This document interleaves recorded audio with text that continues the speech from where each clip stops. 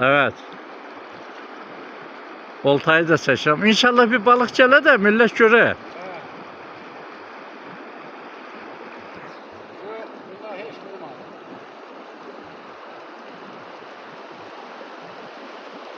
Bundan numara olacak. Ha. Ekmeği orada durur bak.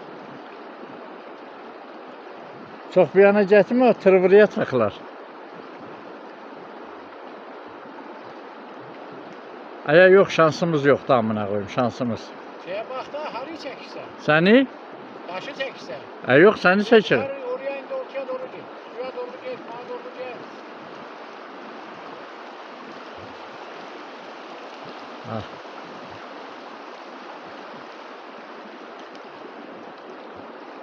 Ha sen. Etrafı çekmeyeyim. Etrafı sürekli çektik ya. Bak şey çıkıp görürsen mi?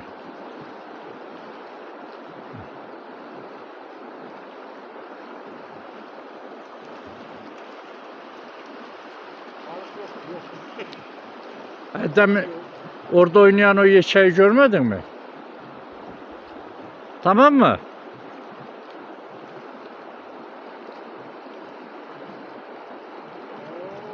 Hiçbir şey yok. Emeğin biri durur ama.